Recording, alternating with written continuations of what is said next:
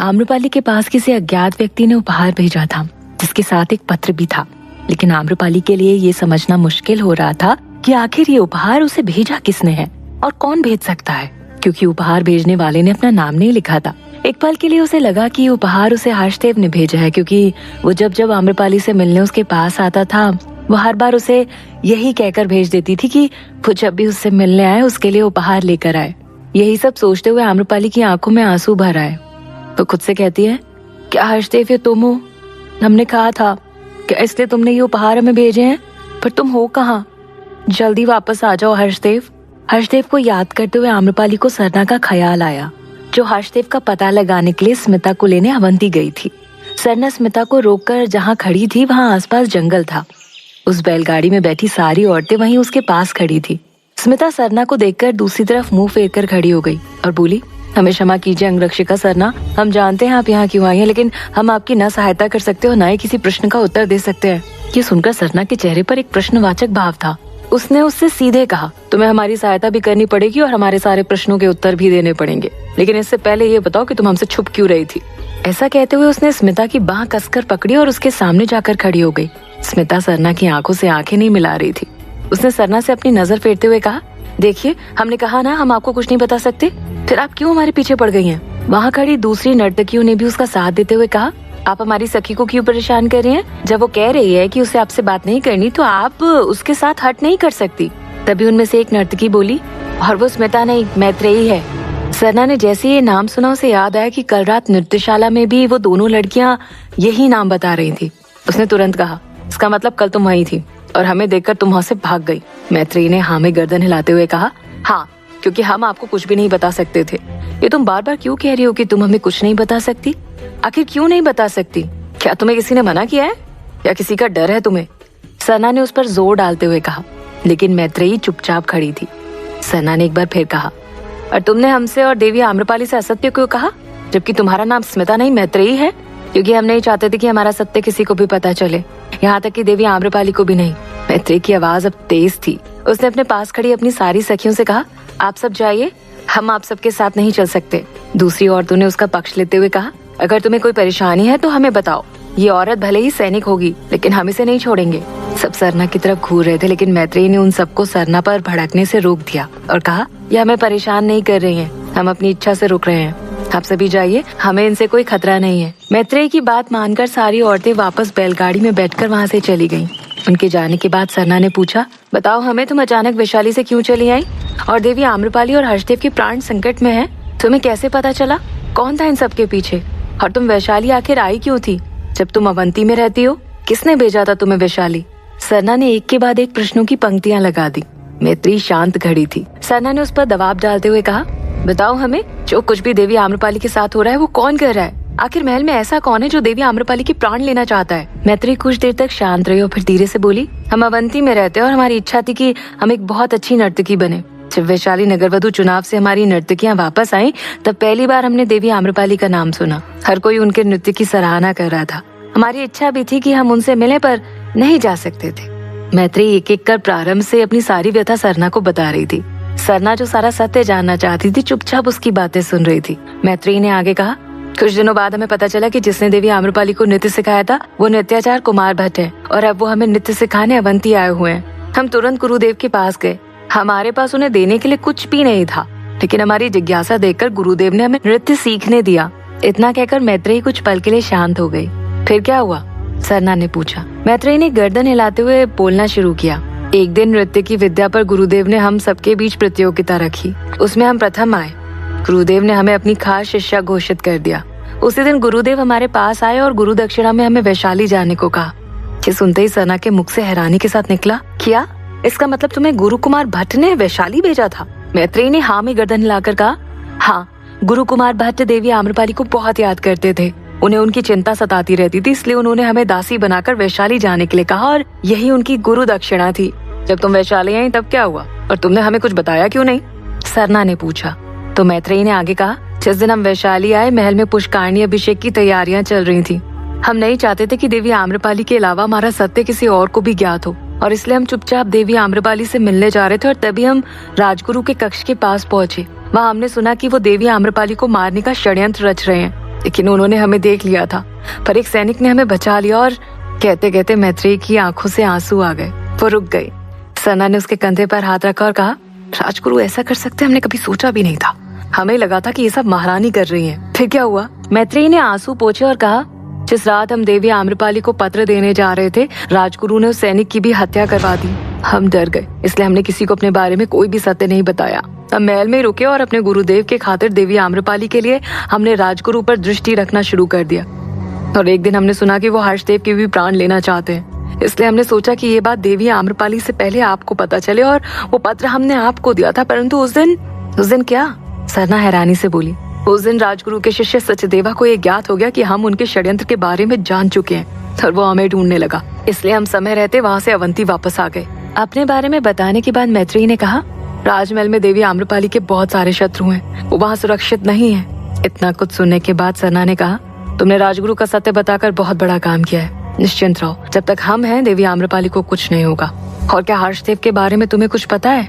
मैत्रेयी ने कहा, नहीं, हमें उनके बारे में कुछ भी नहीं पता। मैत्रेयी की अवंती से वैशाली आने तक की सारी गाथा जानने के बाद सरना ने आंखों में उम्मीद लेकर उससे कहा, मैत्रेयी, हमें तुम्हारी सहायता की आवश्यकता है। तुम्हें हमारे साथ वैशाली चलना होगा। मैत्रेयी हैरानी से बोली, परंतु क्यों? राजगुरु के खिलाफ हमारे पास एकमात्र प्रमाण तुम हो। अगर राजगुरु को नहीं रोका गया तो वो हर बार ऐसे कदम उठाते रहेंगे। सरना मैत्रेयी को समझाने की कोशिश कर रही थी, लेकिन मैत्रेयी के चेहरे के भाव देखकर उसे समझ आ गया था कि वो वैशाली जाने के लिए बिल्कुल भी इच्छुक नहीं है। लेकिन एकमात्र मैत्रेयी थी जो उसकी मुश्किलें खत्म कर सकती थी। शाम का वक्त था। चिड़िया अपने घोंसले में जा रही थी।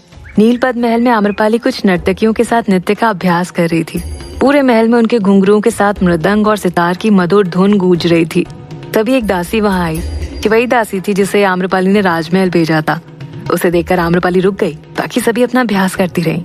आम्रपाली का चेहरा पसीने से भीगा हुआ था। उसके पास खड़ी दासी से कपड़ा लेकर उसने अपना मुंह पोंछा और फिर उस दासी के पास आकर धीमे स्वर में कहा, बताओ, कोई खबर? दासी ने धीरे से कहा, देवी, युवराज स्वर्णसेन वापस आ गए हैं, लेकिन वो थोड़े चिंतित थे। राजा से उन्होंने दरबार में कहा कि अब से वो वैशाली की सुरक्षा व्यवस्था देखेंगे। युवराज वैशाली की सुरक्षा का दायित्व अपने हाथ में ले रहे? ये बात जानकर आम्रपाली उलझन में पड़ गई। आखिर वो करना क्या चाहते हैं? आम्रपाली ने दासी से कहा, युवराज कल कहाँ जाने वाले हैं, इसकी खबर हमें उनके निकलने से पहले आकर दो। दासी आम्रपाली की आज्ञा मानकर चली गई। वही मगध साम्राज्य में सम्राट बिंबिसार रानी चेलना के साथ बाग में घूम रहे थे, तभी रानी कोशला देवी वहाँ आ गई। उन्हें देखकर सम्राट ने कहा, रानी कोशला देवी, अच्छा हुआ आप भी यहाँ आ गई।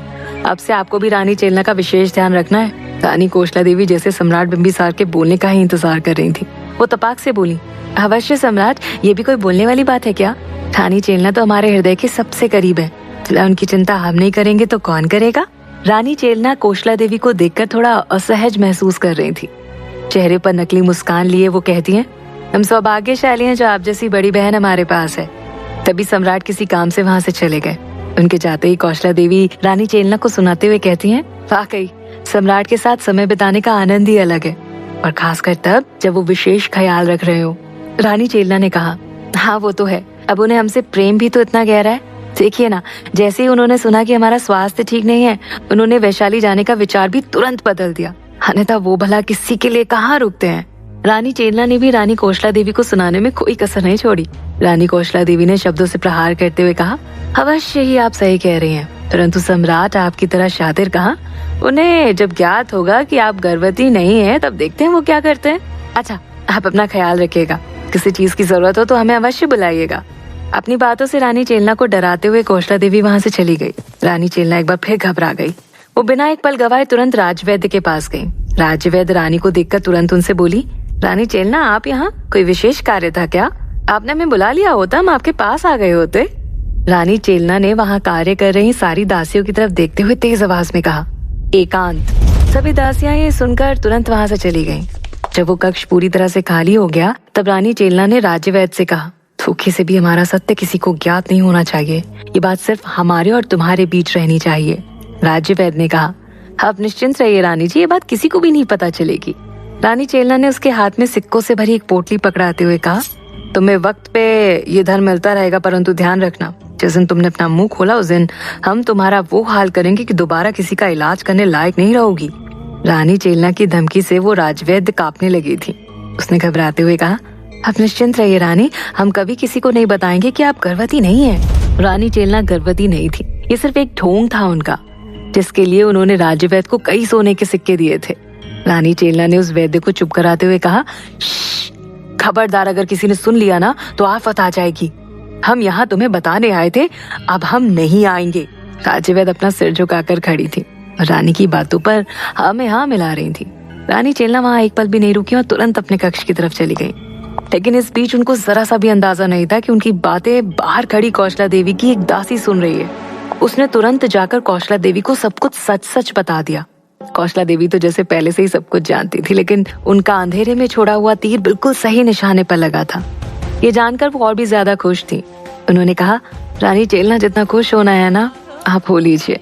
जिस दिन ये सत्य सम्राट के सामने आया, उस दिन ये सारी खुशी एक झटके में आंसुओं में बदल जाएगी। आपके इस झूठ से हमें भी फायदा है।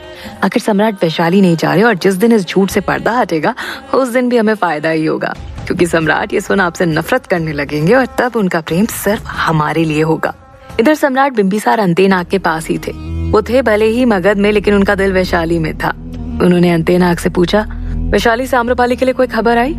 अंतेनाग ने आम्रपाली पर हुए आक्रमण के बारे में उन्हें बताया कि किस तरह एक पुरुष दासी वेश में आम्रपाली के पास जा रहा था और किसी ने पीछे से उस पर खंजर से वार कर दिया। ये सुनकर बिंबिसार हैरानी से कहते हैं, वैशाली की सैन्य शक्ति इतनी दुर्बल कैसे हो सकती है? कोई आम्रपाली पर इतनी आसानी से हमला कैसे कर सकता है? अंतेनाग, अगर वैशाली के राजा उनकी सुरक्षा करने में असमर्थ हैं, तो हमारे कुछ सैनिकों को वहां भेज दीजिए जो उनकी रक्षा करेंगे। आम्रपाली पर संकट के बारे में सोचकर ही बिंबिसार बेचैन हो गए थे। अंतेनाग उनकी हालत समझ रहा था, लेकिन वो कैसे मगध के सैनिकों को वैशाली भेज सकते थे?